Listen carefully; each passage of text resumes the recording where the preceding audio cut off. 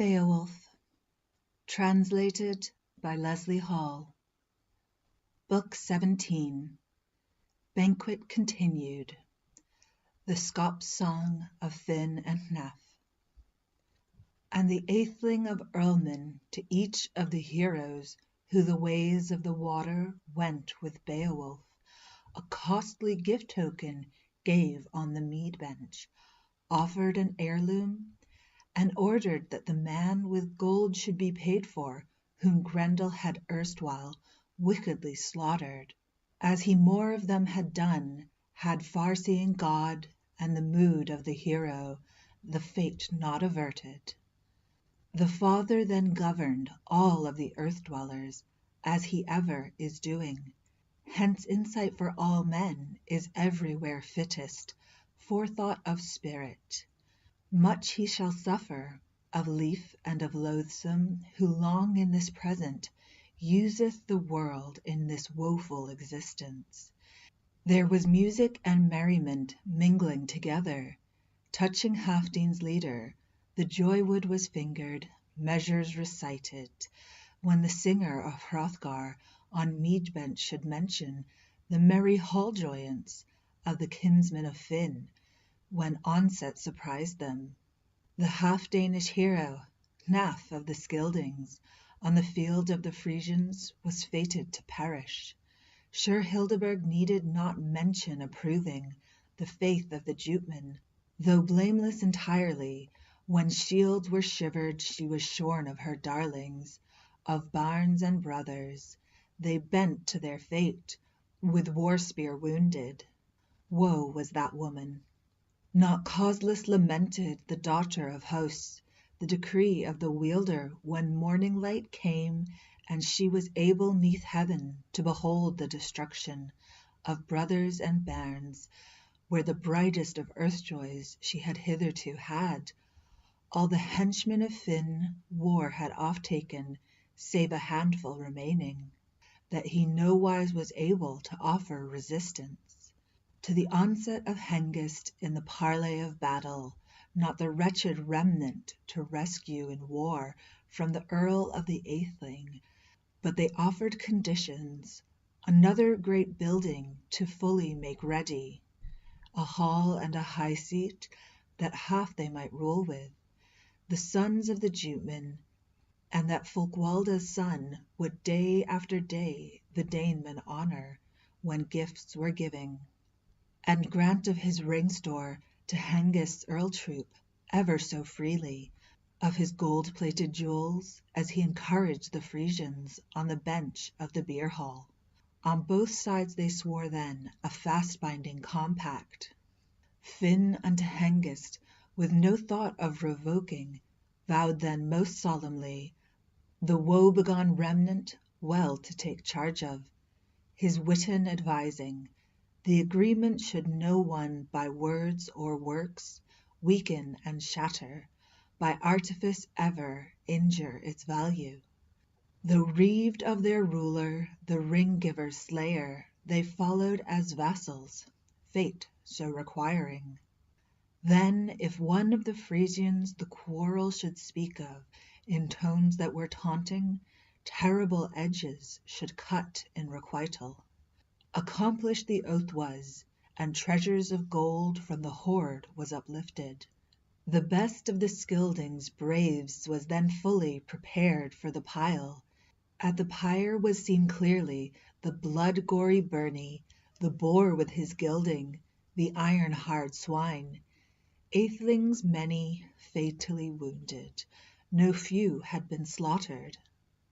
Hildebard bade then, at the burning of Hnaef, the bairn of her bosom to bear to the fire, that his body be burned and borne to the pyre. The woe-stricken woman wept on his shoulder. In measures lamented, up-mounted the hero. The greatest of dead fires curled to the welkin, on the hill's front crackled, heads were a-melting, wound-doors bursting, when the blood was a-coursing from body-bite fierce. The fire devoured them, greediest of spirits, whom war had oft carried from both of the peoples their bravest were fallen. Book 18. The Finn episode continued. The banquet continues. Then the warriors departed to go to their dwellings, reaved of their friends, Friesland to visit, their homes in high city. Hengist continued, biding with Finn the blood-tainted winter, wholly unsundered. Of fatherland thought he, though unable to drive the ring-stemmed vessel o'er the ways of the waters. The wave-deeps were tossing, fought with the wind. Winter in ice bonds closed up the currents, till there came to the dwelling a year in its course, as yet it revolveth. If season propitious one always regardeth, world-cheering weathers. Then winter was gone, earth's bosom was lovely. The exile would get him, the guest from the palace.